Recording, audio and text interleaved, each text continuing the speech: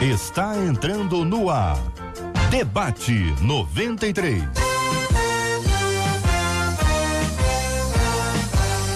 Realização 93 FM. Um oferecimento Pleno.news. Um olhar diferenciado além da informação. Apresentação J.R. Vargas. Fale com o Debate 93. 2461-0093. E-mail debate@radio93.com.br. Facebook Rádio 93 FM. Site www.radio93.com.br. Fale com a 93 pelo WhatsApp 96803-8319. 96803-8319.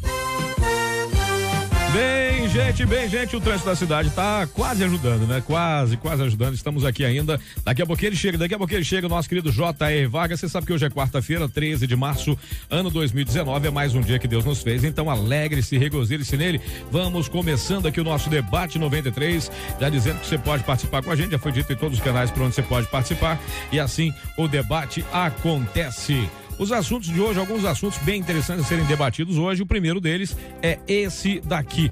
Ultimamente eu tenho sentido muito medo da morte. Às vezes eu não quero nem sair de casa por causa disso.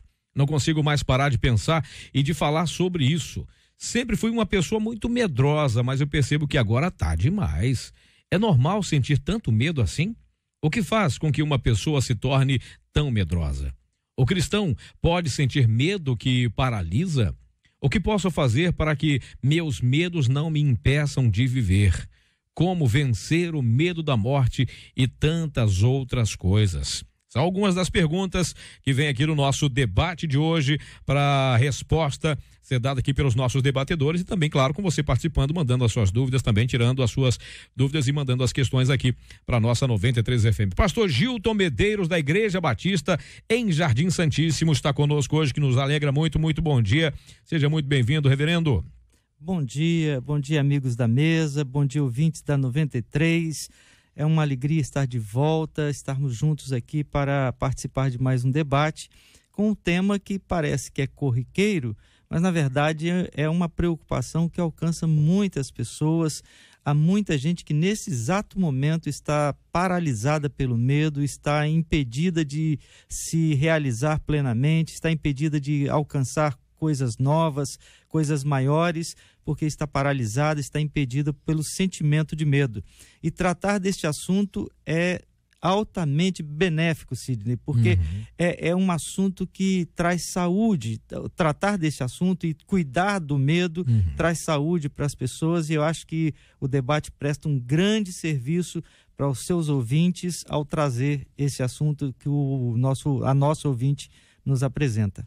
É verdade. Na verdade, eu acho que não é uma coisa tão incomum, né? Porque tem tanta gente que sofre tanto essas questões de medo, o medo que realmente paralisa a pessoa e a pessoa não consegue fazer muita coisa até por causa do medo até de sair de casa. Entre nós, ela que ontem ficou jovem, há um pouquinho mais de tempo, só é uma adolescente ainda, a nossa querida pastora Gessiana Donato, da Igreja Quadrangular da Tijuca. Coisa linda. Bom dia, bênção. Bom dia. Coisa linda é você. Ah, meu Deus. Eu chego aqui, parabéns, quando eu te vejo, parabéns. Meu dia brilha mais, que eu falei. Eu fiquei todo vermelho agora aqui. Você é um príncipe. Amém. Um bom dia a todos. Um bom dia aos queridos debatedores, aos queridos ouvintes que estão agora ligadinhos nesse tema, na rádio.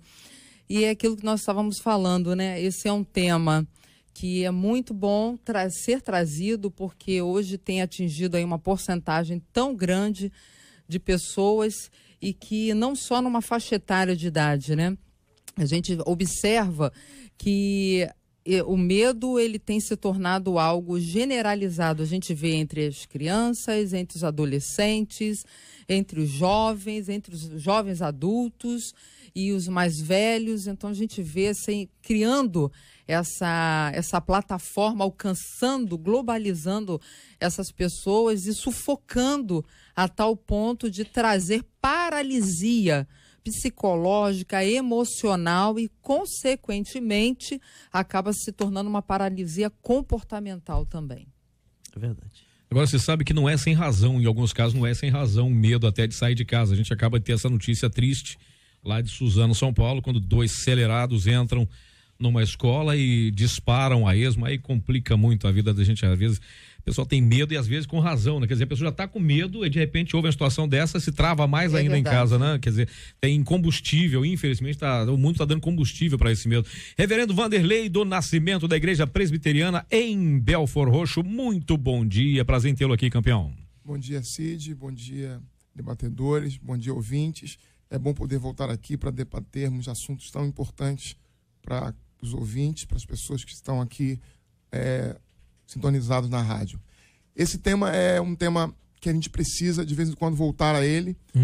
Como o pastor Gilton já falou, não trata-se de uma banalidade. A morte é uma preocupação que nós todos temos o tempo inteiro, até quando afirmamos que não temos preocupação, é uma tentativa de mascarar aquilo que é a busca do ser humano, que é de ter, de alguma forma, respostas para a finalidade da própria existência.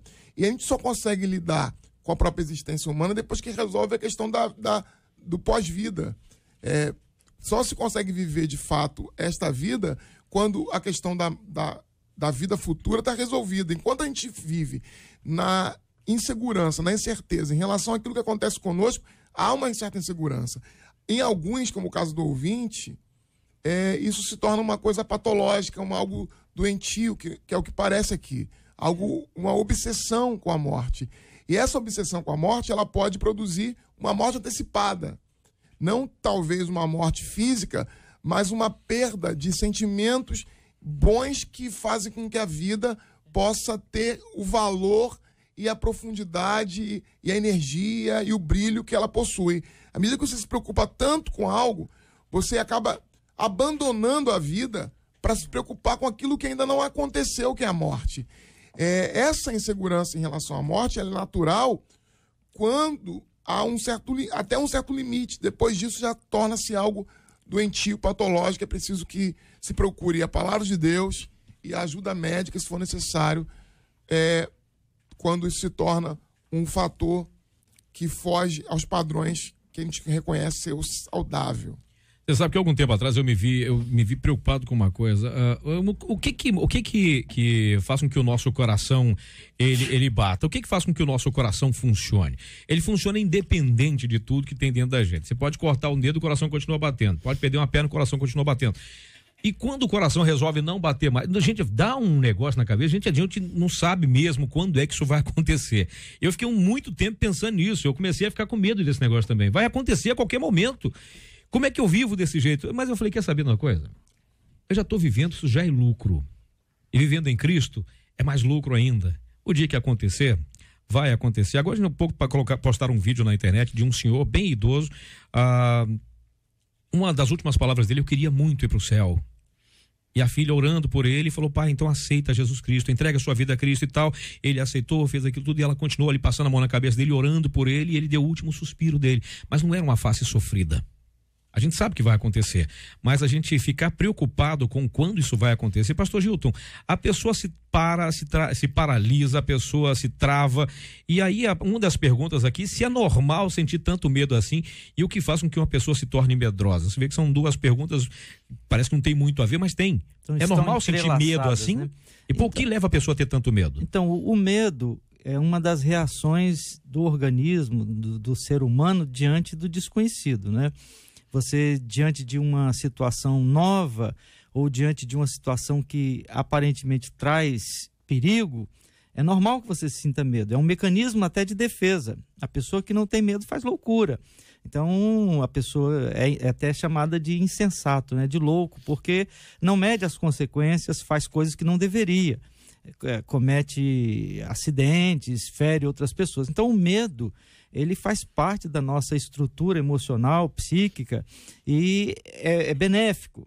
O problema se torna quando o medo ele é infundado. Você começa a ter medo porque você pensou que poderia, ou você imaginou que poderia. Quer dizer, o medo é produzido por uma ideia, ou por uma sensação, ou por uma percepção errada, e você permite que esse medo controle a sua vida. Então você passa a viver não porque se sentiu ameaçado, mas porque você acha que vai ser ameaçado, acha que vai ser afetado, acha que vai ser atingido. Então, esse medo que não tem fundamento, não tem controle, à medida que ele toma conta da sua vida, ele se torna, então, um problema. Então, é normal ter medo, mas não é bom que a pessoa se deixe dominar pelo medo. E aí, isso é um exercício. À medida que a pessoa vai vivendo e aprende a lidar com as circunstâncias e com as adversidades, ela aprende a lidar com medo também. É por isso que alguns educadores dizem que os pais não devem superproteger os filhos. Eles precisam ser expostos de alguma maneira às circunstâncias adversas da vida, para que aprendam a lidar com medo, para que vençam o medo, para que se tornem mais fortes do que o próprio medo. É um coração batendo fora do peito com relação de pais e filhos, especialmente, imagina hoje como é que deve estar o coração de muitas pais e mães lá em Suzano, agora sabendo que o coração que bate em outro peito, de repente agora está em perigo, quer dizer, aí a situação para. Mas aí, a minha cara pastora Gessiana, gente, só para dizer, o J.R. Vargas já está por aqui, eu vou fazer aqui a pergunta, pastora Gessiana, e já estou me despedindo já, tá? Mas eu vou ouvindo o debate, que está bom demais da conta. O que faz com que a pessoa supere esse medo, no caso, especialmente dessa pessoa que mandou aqui essa pergunta? Qual o remédio para esse medo? Se é uma questão patológica ou se é uma questão momentânea, qual é o remédio para isso? Como é que se supera isso, minha pastora? O que acontece? É como o pastor ele estava falando aqui, né? Esse medo, ele é essa reação afetiva que acaba sendo suscitada pela consciência, né? Ou a gente está vivendo a situação e a consciência acaba trazendo, sinalizando que alguma coisa está acontecendo. Então, por exemplo, como é o caso do noticiário que veio, então é uma reação normal do indivíduo que está assistindo um noticiário de uma tragédia, uma fatalidade como essa, e se vê envolvido na dor da perda da família, na lástima que você está vendo toda aquela situação e vendo nos noticiários. Esse medo, ele é um medo que é uma reação natural do nosso organismo, da nossa mente. Então, esse medo, como o pastor falou, ele é inerente a todo ser humano. Então, até para a gente entrar num determinado lugar, a gente vai ter aquele sentimento naquele momento, aquilo faz a gente recuar e tudo mais. A questão que se torna patológica, problemática, é quando isso vem ser exacerbado na vida do indivíduo, né, no contexto de vida dele, que vem paralisá-lo, como eu disse antes, e acaba se tornando uma fobia, porque é algo patológico. Então, se torna esse conjunto de coisas que aprisionam o indivíduo, ele acaba tendo um pensamento exacerbado em relação ao futuro, alguma coisa, como o ouvinte aqui, tentando resolver, a própria morte, que nem está sendo inerente a ela, mas ela já o teme. Então, que é um medo persistente e irracional de algo, de objeto, uma situação que vai provocar essa ansiedade extrema no indivíduo, como ele estava falando antes, o coração palpitando e tudo mais, e o que busca uma ajuda profissional, né? Isso aí com certeza, às vezes a gente, né, não vamos na palavra recorrer, mas qual é o fator psicológico que está envolvendo esse indivíduo e qual a ajuda que ele precisa naquele momento. Pastora Gessiana Donato, pastor Gilton de Medeiros, reverendo Vanderlei do Nascimento, a vocês três e aos nossos maravilhosos ouvintes, ao Círio Gonçalves, nosso bom dia. É a nossa gratidão aqui pela cobertura na abertura do nosso debate 93 de hoje. São 11h20 agora, os ouvintes comentando sobre a questão. Não temo a morte, temo ser enterrada, eu quero ser cremada. Eu não quero ser enterrada porque eu não sei quanto tempo o espírito leva para sair do corpo e pode ser que eu veja os vermes. São preocupações que você pode ouvir e dizer assim, não, pelo amor de Deus, uma pessoa se está morta não vai ver verme. Você não tem que ter esse tipo de preocupação, mas os mais antigos, pastor Gilton, me ajuda aqui a lembrar daquele cantor que foi enterrado e aí depois quando foram mexer lá nos ossos dele, viram que tinham marcas de unhas assim, como é que era o nome dele que eu esqueci? Eu confesso que eu não lembro até mesmo, não. Luciana, faz a pesquisa pra mim, pra lembrar, vamos saber exatamente quem é, porque ele fez um sucesso. Ouvinte, me ajuda aqui, já manda aqui pelo nosso WhatsApp o nome dele que eu já tô esquecido. Às vezes acontecer e alguns tipos de doenças que a pessoa fica mais de 48 horas parecendo que morreu e não morreu. Catalepsia. Aqui não o morreu ouvinte ainda. dizendo, olha, tinha medo de sair de casa, tinha medo de entrar em conduções, com medo de acidente. Outro ouvinte, hoje tudo nos assusta, as conversas diárias sobre esses temas também nos assusta, sobre o medo da violência, da solidão, diz aqui o ouvinte, temos que estar firmados em Cristo. Esse tema do debate de hoje é muito importante, deve ser sempre falado, eu me identifiquei muito com esse assunto. Eu não tenho medo da morte, eu tenho medo de tanta violência, pois maior medo é morrer sem Cristo, por isso vivo pedindo a Deus perdão todos os instantes. Outro ouvinte aqui contando aqui que já foi sequestrada. Escuta esse áudio aqui pra mim, só pra ver se dá pra gente colocar aqui no ar, por favor. Eu tenho mais medo de perder meus familiares do que eu mesmo tenho medo de morrer. Outro ouvinte, chego até a me sentir mal por conta disso. Eu tenho medo, eu não consigo identificar exatamente a origem. Enfim, muita gente comentando aqui, ó. O ator chamava-se Sérgio Cardoso, era o nome dele, e fez um sucesso muito grande. Ou Paulo Sérgio, já tem dois nomes aqui. Paulo Sérgio tá na frente, Sérgio Cardoso empatou. Bom, um dos dois, né? Passou o Sérgio agora. Sérgio mais avante. Paulo Sérgio entrou outra vez. Vamos lá, ouvinte, vamos lá, qual é a equipe aqui? Sérgio Cardoso, a informação da nossa produção. Esses assuntos, quando nos apresentam, nem sempre eles têm uma lógica, né? Quando você tem medo da violência, você tem um medo lógico. Todo mundo tem que ter medo, Violência tá na nossa porta o tempo inteiro, então tem um medo lógico. Agora, tem algumas coisas que não são muito lógicas. A pessoa não precisava ter esse tipo de medo, mas ela foi acometida por esse medo. Vocês falaram agora há pouco sobre a importância da ação espiritual e também da ação psicológica. Como juntar essas duas coisas e colocá-las em prática de uma forma que qualquer pessoa de qualquer idade consiga colocar isso em ordem na sua mente e no seu coração para uma boa execução? JR, eu acho que tudo depende de estabelecer para onde iremos, como já foi dito aqui na mesa. Qual o nosso futuro? A Bíblia, se você ler as últimas páginas em Apocalipse, você vai ver que o bem há de triunfar, o Senhor há de reinar para sempre e não haverá mais nenhuma lágrima para aqueles que estarão com o Senhor. Então, a perspectiva de vitória, a perspectiva de que estaremos com o Senhor, a perspectiva de que estaremos vencendo todas as dificuldades e é particularmente interessante dizer que não haverá nenhuma lágrima, nenhuma dor, nenhum pranto, quer dizer, coisas que estão associadas ao medo. Quando temos essa perspectiva de para onde vamos, fica mais fácil trabalhar os sentimentos que nos atingem e relativizar, dar a eles a importância adequada, a importância devida. Eles não serão sobreestimados nem superestimados. Eles estarão sendo medidos no tamanho certo.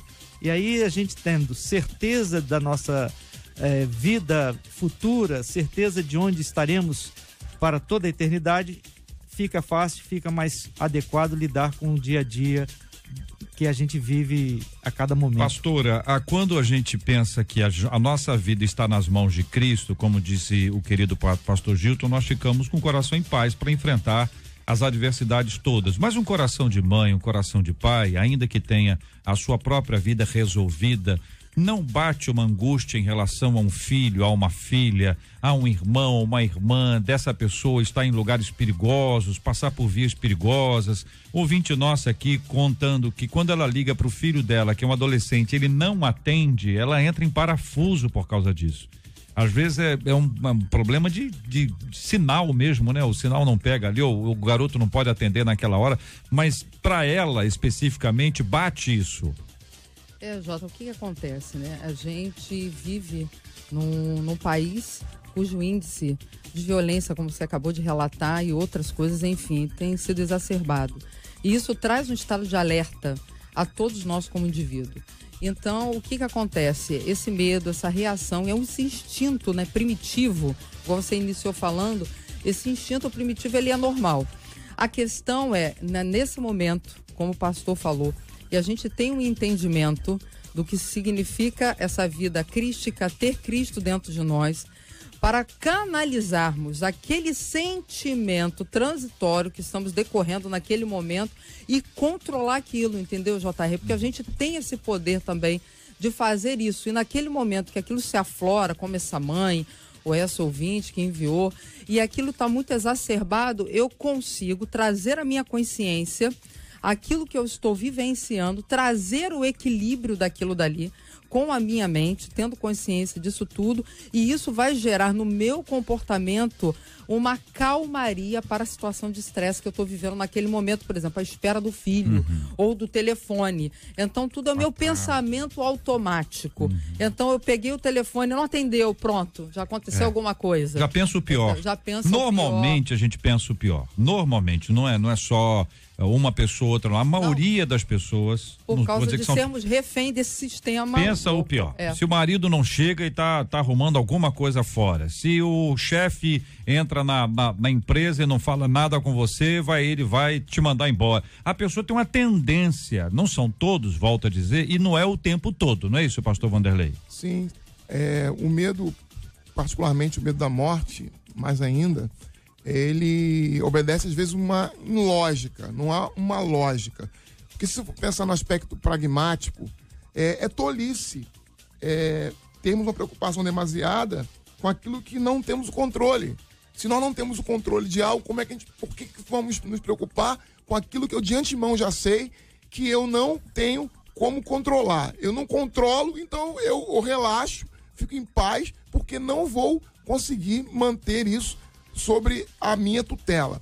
O outro aspecto que eu veria nesse sentido, não pragmático, mas teológico, é aquilo que a Bíblia diz em relação aos nossos medos, particularmente em relação ao medo da morte, de que é o que Paulo vai dizer em meio ao sofrimento, às suas lutas, ele diz, levando sempre no corpo morrer de Jesus, para que também a sua vida se manifeste em nosso corpo, porque nós que vivemos somos sempre entregues à morte por causa de Jesus, para que também a sua vida se manifeste em nossa carne mortal. Ou seja, nós vivemos na expectativa de que a morte pode chegar a qualquer momento, e quando ela chega, nós vamos enfrentá-la, porque é a única coisa que nós podemos fazer, porque é algo que está acima de nós, mas que Cristo derrotou na cruz do Calvário. A morte está vencida e o medo que nós temos dela também precisa ser vencido de igual forma. São 11h28 aqui na nossa 93 FM. Nosso tema inicial hoje, nosso tema número 1 do programa de hoje é a questão que envolve o medo. Estamos destacando esse assunto, conversando com você, ouvinte, tratando esse tema aqui com os nossos queridos debatedores, também ouvindo a participação dos nossos ouvintes aqui pelo WhatsApp da 93, pelo Facebook da 93 FM.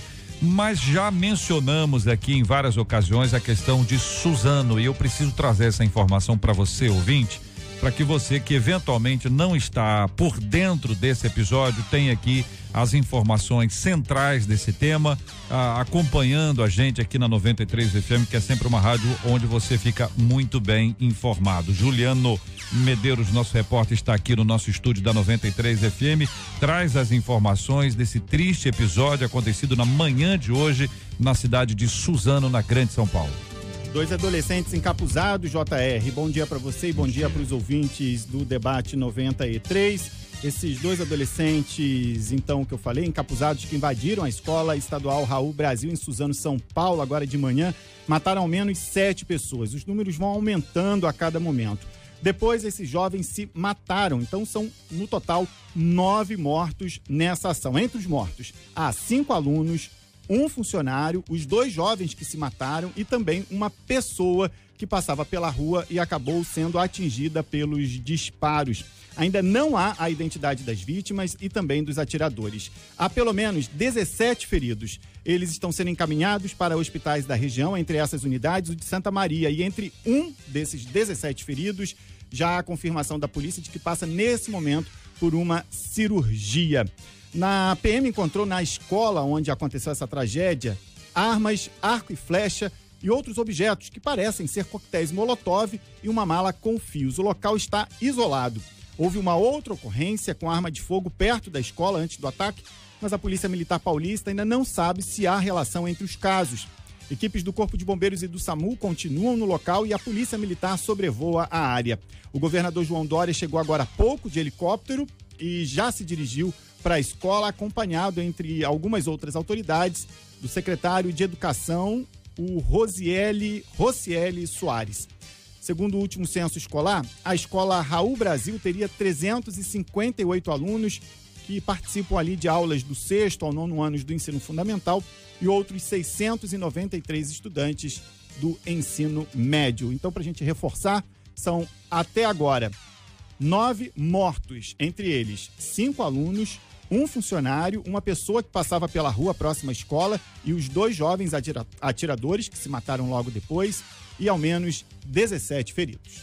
São informações, obrigado, são informações que estão aqui diante de nós, queridos debatedores, e que a cada instante, como nós ouvimos, elas vão sendo atualizadas porque as informações chegam o tempo inteiro, são dados diferentes. A polícia consegue entrar na escola, traz as informações, o acompanhamento disso, a imprensa que está ao vivo lá também trazendo mais informações. Nós vivemos um caso muito triste aqui no Rio, a semelhança desse caso também. Enfim, a gente lembra disso, parece que vem tudo à mente outra vez, né? É muito complicado quando você relembra esses casos e pensa no desespero dessas crianças, no desespero dos pais aqui, dos professores, da equipe de trabalho na escola, servidoras, copeiras, enfim, todo mundo que está envolvido numa história triste como essa que está acontecendo agora em São Paulo, na cidade de Suzano. É verdade, JR, e quando a gente se depara com um fato como esse, a primeira pergunta é por quê, né? E às vezes a gente também pergunta por que Deus permitiu isso. Essas duas perguntas, elas se respondidas, se pudessem ser respondidas, certamente aplacariam um pouco da dor que há nos nossos corações. Mas a verdade é que a pergunta não é por quê, mas a pergunta é o que se faz, o que se pode fazer diante de uma situação como esta. E acho que aí está uma grande oportunidade para a igreja abraçar as pessoas, para os cristãos que estão próximos abraçarem aquelas pessoas, se solidarizando com elas. Porque, JR, a violência, a maldade humana, ela irrompe de várias maneiras e por toda a história. Não vai ser hoje que isso vai acabar, nem vai ser o último caso. E a gente então, a questão é só o que a gente pode fazer para estar ao lado de quem está sofrendo, quem está chorando. E a gente observa também, pastor, que deve ter também agora ao lado dessas famílias, desses 2 adolescentes que entraram nesse recinto, fizeram essa fatalidade e a própria vida também.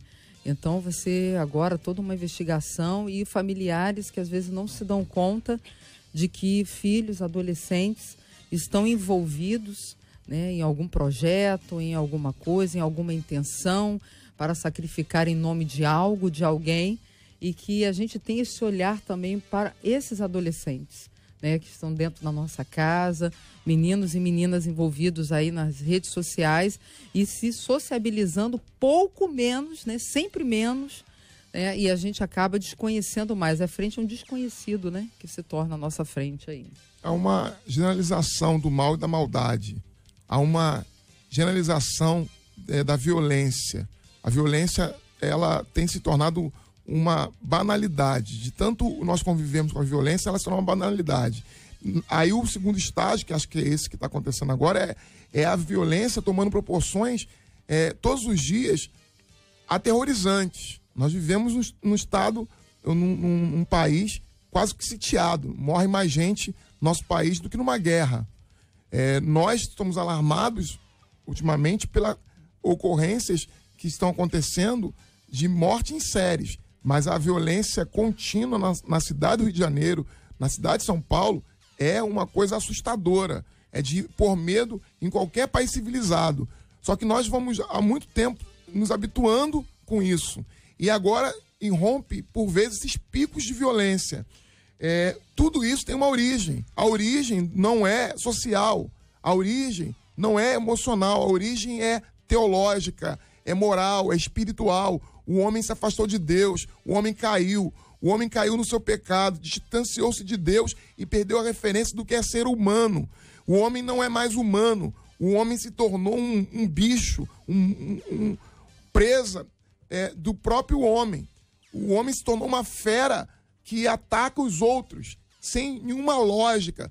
O animal, ele ataca dentro de uma lógica, ele ataca para se defender, ele ataca para comer, ele ataca por uma lógica própria, interna, um instinto Inato natural. dele, né? Inato. Isso. O ser humano ataca e destrói e mata por mero prazer de fazer isto, ou por desespero.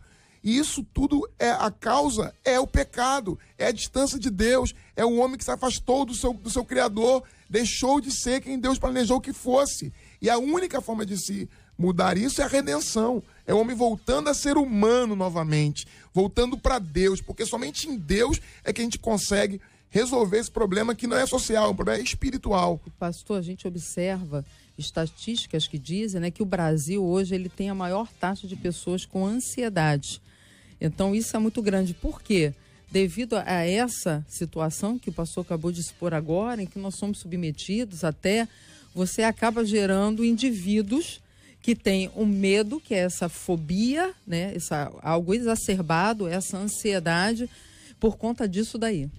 Eu quero me congratular com essa palavra, porque quando a gente tem o diagnóstico certo, a gente tem condições de prescrever, usando a linguagem mais ou menos médica, né? Prescrever o remédio certo. E o diagnóstico certo da humanidade é este. Nós somos caídos, estamos distantes da graça, estamos distantes do Senhor, estamos distantes daquela imagem que o Senhor criou. E na medida que nos afastamos, nós produzimos a morte, a dor, a tragédia e a tristeza. Para trazer mais informações sobre o episódio que envolve a escola, que está dentro do nosso tema, da nossa discussão de hoje, eu leio aqui alguns comentários sobre a escola. Um comentário, por exemplo, aqui que aconteceu, que foi registrado há 2 meses. Há 2 meses. A escola em si é boa, alguns professores são bons, mas quase não tem aula e os alunos estragam a escola. Tem muitas pessoas que usam droga lá dentro. A maioria dos professores abandona a sala e a escola por conta da disciplina. A escola precisa que as regras sejam cumpridas. Já vou mudar de escola por esses motivos. O pior é que o Raul é uma escola que tem tudo para dar certo, mas não está funcionando, escreveu Evelyn Cássia há 2 meses sobre esse assunto. Um comentário escrito há 6 meses. Estudei no Raul da 5º ao 3º ano do ensino médio, lá fiz muitos amigos, mas no meu tempo de escola a gente quase não tinha aula. Chegou um tempo em que tínhamos aulas vagas e cheiro de drogas nos banheiros. Comentário de 6 meses, escrito há 6 meses. Comentários outros que vão aparecendo e surgindo aqui, por exemplo, de 1 ano, há 1 ano foi escrito. Paulo Henrique Santos. Pior escola que já estudei. Não recomendo. Motivos: muitos drogados na porta da escola, professores desmotivados, violência, marginalização, falta de suporte aos alunos, falta de equipamentos para realizar atividades em sala, enfim, e traz mais uma vez aqui a afirmação. Nem no banheiro tinha portas e alguns alunos roubavam até as torneiras dos bebedouros.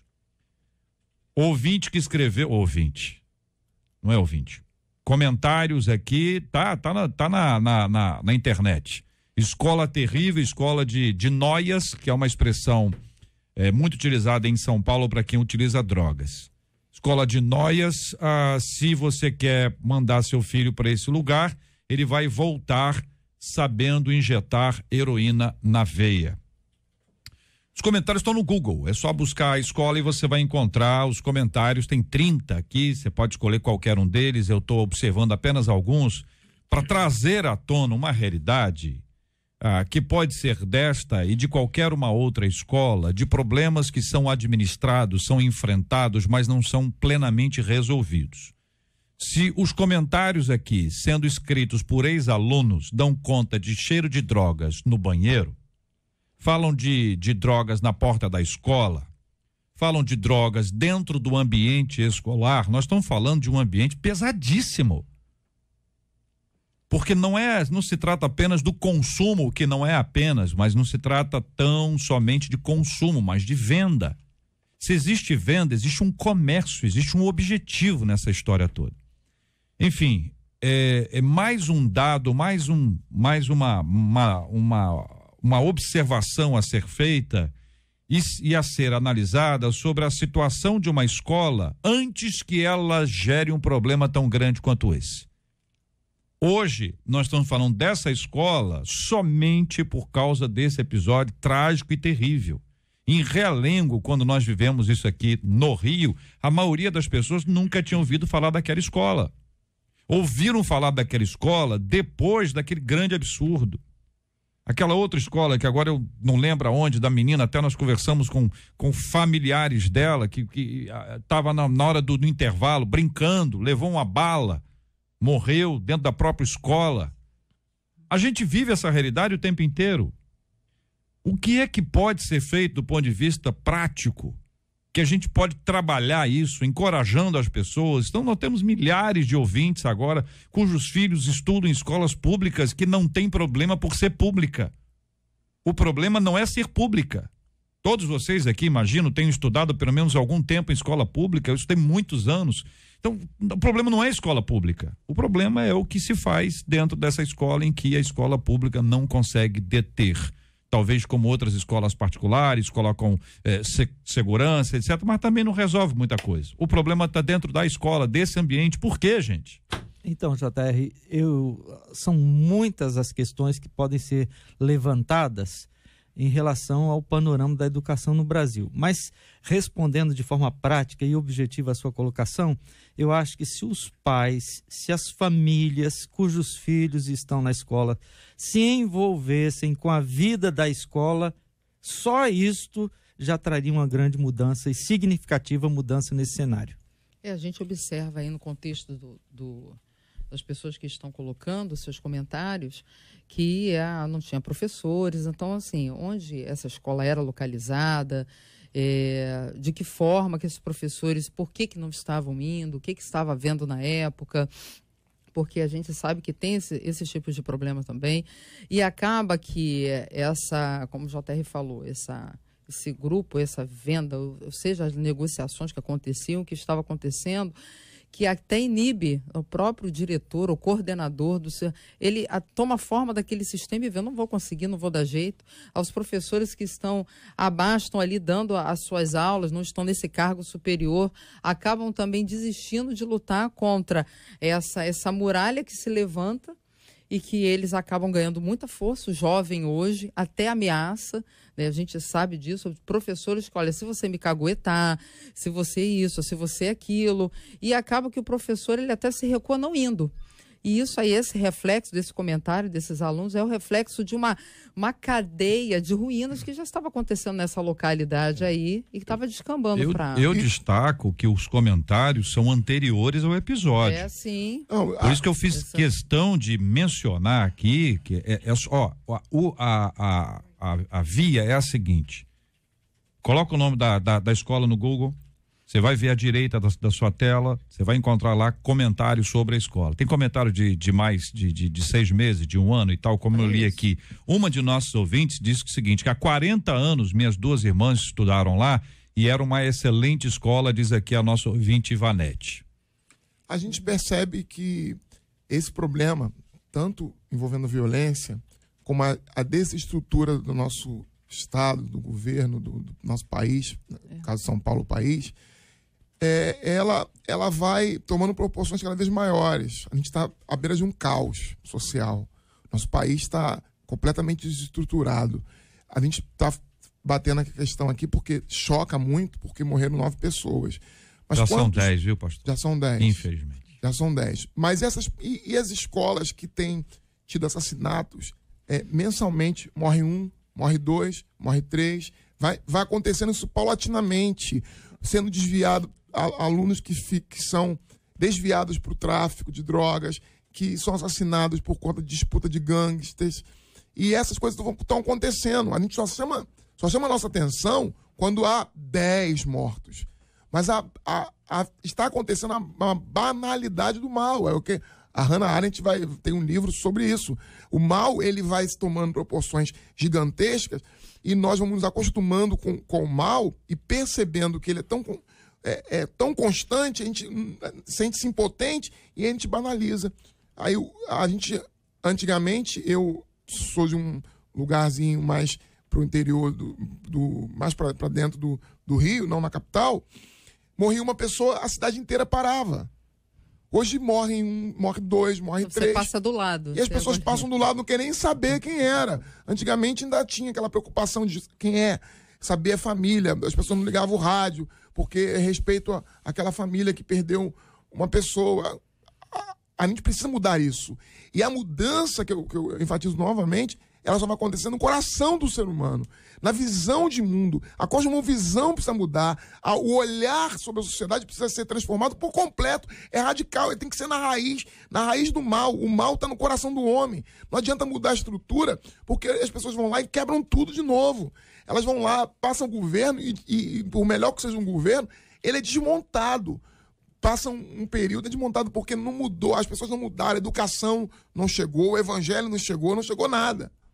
É preciso que isso mude. E a gente observa que os dois que planejaram, arquitetaram, tudo isso, eles mesmos cometem esse ato contra a própria vida, né? Olha aqui o ouvinte dizendo aqui, JR, infelizmente o que ocorreu nessa escola não me assusta. Fui professor da rede pública estadual durante 30 anos, presenciei situações terríveis. Hoje, determinadas escolas viraram palco de guerra. Agradeci ao Senhor pela minha aposentadoria, conta aqui um de nossos ouvintes. Eu vejo sempre uma discussão na mídia que não se pode ter ensino religioso nas escolas.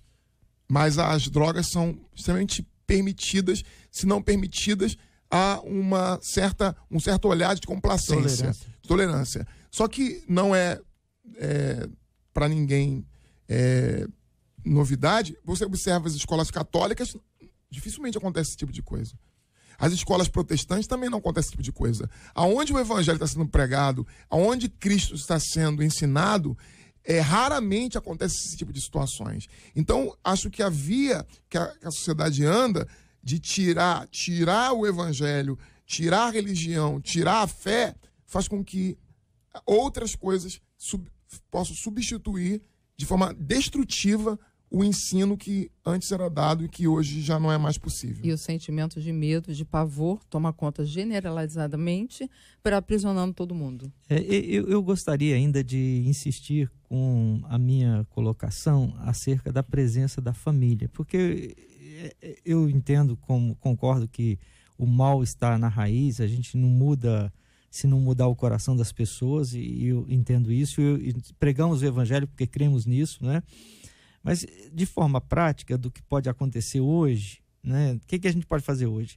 Se os pais frequentam o ambiente escolar ou estão lá mais próximos, conversando com os professores, conversando com o diretor, e se eles se deparam com a situação de venda de drogas na porta da escola, vai ficar mais difícil para a escola ou para qualquer um justificar aquela venda de drogas ali na porta. As famílias estão indo lá, as famílias estão procurando saber o que acontece dentro da escola, o que está acontecendo com os filhos.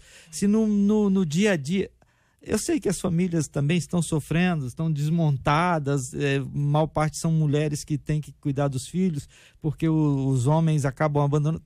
Tem outra tragédia familiar aí junto, mas alguma coisa tem que ser feita, e uma coisa que pode ser feita, que não custa muito, é separar algum tempo, pelo menos uma vez por semana, ou a 15 dias, ou um mês, para estar ali vendo o que está acontecendo. Se alguém vê o que está acontecendo, inibe certas práticas. Essa escola estadual em São Paulo, em Suzano, ela além de ser uma escola com ensino habitual, ensino fundamental e médio, é também um centro de estudos de línguas. Veja que ela oferece espanhol, italiano, francês, japonês, alemão e provavelmente também inglês.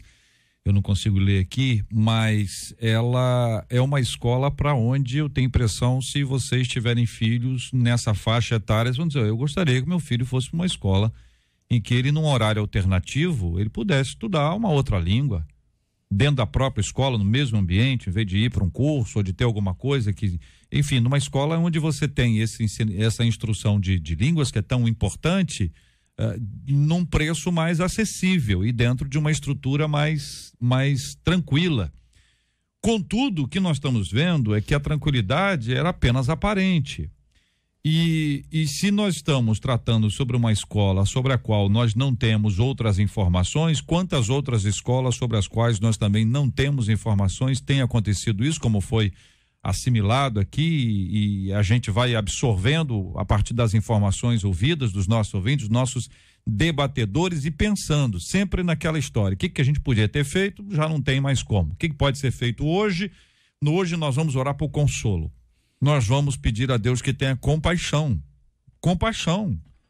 família, professores, funcionários, vizinhos, quanta gente envolvida em dores, meu Deus do céu, quantos outros pais de crianças que estudam em outras escolas estaduais ou municipais viveram essa realidade que aqui está. Eu, quando era seminarista, tive a oportunidade, o privilégio e uma missão pesadíssima. Quantas vezes eu fui evangelizar em escolas em São Paulo, na Zona Leste, uma área pesada, e era incrível, porque as aulas, a gente podia escolher em que turma a gente queria entrar para falar sobre Jesus. Porque a direção da escola, embora não tenha sido, a época não era cristã, eles entendiam que o que podia mudar a história daqueles meninos e meninas era o evangelho. Então, se eu escolhesse a turma do 8º ano, eu entrava na sala e disse, o professor parava qualquer aula. E os alunos vibravam, não porque era a gente que estava entrando, porque não tinha mais aula. Mas a gente ali pregava, fazia teatro, tinha música, tinha pregação, tinha palavra. Fiz isso muito com o Davidson, eram 2 seminaristas à época, a gente entrava lá e realizava o trabalho numa escola. Nós não tínhamos vínculo com a escola, não conhecíamos a direção da escola, e a porta foi aberta através de aluno. Aluno que disse, olha, tem 2 seminaristas, eles podiam vir aqui. E quando nós fomos lá, a direção da escola disse, olha, pode entrar em qualquer momento aqui, porque eles estavam absolutamente absorvidos por uma promiscuidade sexual e por drogas. E a gente vai vivendo isso, pregando o evangelho, vai vendo que a vida de um muda, do outro muda, que vai mudar o evangelho. Mas existe hoje um ativismo, que se o pastor Gilton for convidado para dar uma palestra sobre Jesus Cristo na escola, vai ter gente panfletando, dizendo, olha, a escola é sem igreja, trouxeram um pastor para falar aqui, e vai criar uma dificuldade. Parece que outros pais não entendem que o objetivo do pastor, pelo menos de muitos que eu conheço, é pregar o evangelho, respeitando as outras igrejas, as outras religiões. Mas parece que hoje é uma briga tão grande, que depois ninguém consegue entrar na escola, nem de um lado, nem de outro, e o que está entrando é a droga. E está entrando e está fazendo bastante destruição. O pastor falou da presença dos pais. Mas vamos pensar aqui que os pais não pensam, muitos dos pais não pensam como nós pensamos. Eu já ouvi de pessoas muito próximas falar, mas ele só fuma maconha, não tem problema nenhum. Rapaz também tem que viver. Eu também fumei e depois parei com o tempo. É assim mesmo. É como se fosse parte de uma idade, uma etapa da vida, né? Um rito de passagem que o indivíduo tem que cumprir. Só que nem todos que passam por ter fumado o cigarrinho da maconha ficam nele, nem todos conseguem sair dessa situação de dependência química, e muitos pais são extremamente não estão nem aí para o que está acontecendo com o filho lá na escola, e alguns estão impossibilitados de estarem por conta também do massacre social. O indivíduo não consegue acompanhar. Ele não é que ele não queira, ele não consegue. Então, assim, quando eu falo evangelho, eu estou falando de forma objetiva. O evangelho é mudar a mente, é mudar a forma que as pessoas se relacionam, é mudar a forma como as pessoas se enxergam. Então, a violência vai diminuir quando o evangelho é pregado, quando as pessoas conhecem a Cristo. Ao invés de ir para o carnaval, ele vai para o retiro da igreja, celebrar e vai se guardar disso tudo aí, de destruidor que acontece. Lá perto de casa, onde eu moro, tem um condomínio onde, segundo os moradores, quase que 70% dos jovens usam drogas. Sabe quais são os que não usam drogas? Os que frequentam as comunidades religiosas, tanto batista, presbiteriano, assembleiano e até católicos. eles se mantêm longe das drogas. Então, o evangelho vai mudar tudo isso. JR, só fazendo uma ponte com o que você acabou de falar, e não contrapondo, eu concordo com o que o pastor está falando, eles não estão permitindo, caso algum pastor vá à escola, mas tem gente pedindo para os pastores, para as igrejas irem aos presídios. Estão clamando por gente pregando a palavra, pregando o evangelho nos presídios, porque nas escolas não permitem que a pessoa vá. Então, realmente, é uma situação difícil. Vai ser difícil o evangelho entrar na escola hoje, as pessoas não vão permitir, nós temos que alcançar os alunos em outras ações. Eu concordo com o pastor que a gente tem que pregar o evangelho, a real mudança, a transformação verdadeira é pelo evangelho, isso não há sombra de dúvida quanto a isso, só que a gente não prega mais na escola, então tem que alcançá-los na sua vivência diária, com outras atividades e outras programações. E que os pais que estão ouvindo agora, né, tendo toda essa consciência de tudo que está acontecendo, tenha esse momento de perceber seu filho, de conhecer mais, de entender o universo em que está gerando, que caso nos Estados Unidos e outros países que geraram em torno dessas fatalidades em escola, o adolescente era recluso, ele era ostrificado, ele ficava na dele, o pai achava que estava só ali, não está na rua, não está fazendo nada, mas ele estava realmente envolvido com coisas que têm a ver com a rede totalmente social. Perdido dentro do quarto. Totalmente perdido dentro do quarto e geravam grandes fatalidades. Então, que a gente possa ter esse olhar para esses adolescentes também. Meu carinho, gratidão a Deus pela vida dos nossos queridos debatedores, pela fala de cada um, dentro de um tema difícil, complexo. Um dos nossos ouvintes aqui está contando que trabalhou durante 14 anos em escola pública em Niterói e o fato de hoje não o assusta. Ele diz que as escolas estão dominadas por alunos traficantes que viram um lugar fácil de viciar ainda mais jovens e às vezes crianças sem nenhum tipo de combate. Ele lembra o ECA, Estatuto da Criança e do Adolescente. Ele diz que esse ECA e direitos humanos vigentes só protegem bandidos e delinquentes. Diretores, professores e funcionários estão de mãos atadas. É a opinião de um dos nossos ouvintes, que eu respeitosamente omito aqui o nome, e que traz pra gente mais esta revelação de episódios que acontece dentro das nossas escolas.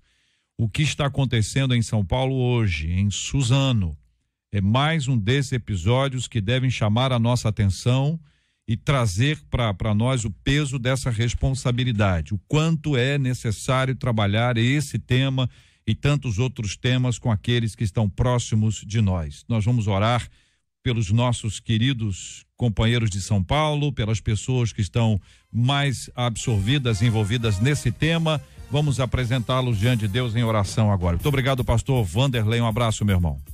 Obrigado, irmãos debatedores aqui, JR, e os ouvintes. Um abraço para todos. Pastora Gessiana, muito obrigado, um abraço. Obrigada, JR, obrigado, queridos debatedores, querido cada ouvinte. Quero aqui aproveitar e mandar um beijinho para minha família, para minha filhona que está aqui e vem me acompanhando hoje, a Adriele, Ariel que está em casa, a família do Acre que está indo embora hoje, estão lá ligadinhos também na 93. E tem uma ouvinte que manda um beijo para você. Ela me encontrou, uma conhecida de muitos anos. Ela, eu escuto o JR há muito tempo. Manda um beijão para ele, Rosana, esposa do Tuninho. Falei que ia mandar um beijo no seu coração. E para essa ouvinte que mandou aqui, eu digo para você, você faz algumas perguntas, procure uma ajuda, mergulhe na palavra, também procure uma ajuda psicológica. Vai ser importante para você poder se curar de todo esse medo, de toda essa fobia e viver uma vida melhor, qualidade de vida, isso aqui é importante. Pastor Gilton, obrigado, um abraço. Obrigado, JR, obrigado a oportunidade. Quero deixar então o meu abraço lá para a equipe do Jornal Nova, se está ouvindo, para a Igreja Batista Jardim Santíssimo, minha igreja querida, para o Gabriel, JR, um menino da minha igreja que está fazendo aniversário hoje. Gabriel. E um abraço também para os porteiros do edifício Santo Seabra que estão ligados na 93, o Wagner, o Edson, o Tiago e o Ezequiel. Um abraço para eles também. A pastora Edmara faz hoje mais um ano de vida, ela é do Ministério Apostólico Plenitude e Vida. Nós vamos agradecer a Deus pela vida dela, vamos orar também pela pastora Gessiana, que completou ontem mais um ano de vida, já foi cumprimentada aqui pelo Cid, e nós agradecemos a Deus pela vida dela, pedimos que Deus a abençoe, vai ser alvo da nossa oração hoje. Vamos orar também pelos nossos queridos e amados ouvintes, orando pelo consolo aos corações enlutados, seja de qualquer lugar, mas hoje lembrando especialmente desse triste episódio nessa escola, a Escola Estadual Raul Brasil, em Suzano, no estado de São Paulo. Vamos orar pelas famílias enlutadas, por todo aquele ambiente tenso e difícil que eles vivem hoje lá. Vamos também orar pelo nosso Rio, pelo nosso estado, clamando ao Senhor pelas misericórdias poderosas do nosso Deus e Pai. Pastor Vanderlei vai orar conosco, vamos orar juntos em nome de Jesus. Deus eterno, nós clamamos a Ti porque somente o Senhor pode responder nossas orações. Sabemos, ó Deus, que em meio à crise, em meio ao caos, em meio à dor, à perda e ao sofrimento, o Senhor não é indiferente, o Senhor está presente. Rogamos, Pai, pelas famílias enlutadas, que agora, lá em Suzano, tem que lidar com essa triste realidade. Pedimos-te consolo a essas famílias. Pedimos-te, Senhor, que Tu ajas com misericórdia, de forma que aqueles que estão hospitalizados tenham a oportunidade de receberem alta muito brevemente. Pedimos-te pelo nosso país, pelo estado de São Paulo, pelo Rio de Janeiro, por cada estado do nosso país, que o Senhor faça que os governantes sejam despertados, para que, de fato, aquilo que precisa ser feito no nosso país seja feito, para que haja mudanças, transformações radicais. Deus, nós colocamos também a vida da pastora Edmara, do Ministério Apostólico, que o Senhor abençoe a vida dela por mais um ano que ela completa de vida. Cada enlutado, cada pessoa que está sofrendo, cada irmão que está lutando com a sua enfermidade, tenha de misericórdia cada um deles e os ajude e os ampare. É o que nós te suplicamos em nome de Jesus. Amém. Que Deus te abençoe. Você acabou de ouvir Debate 93.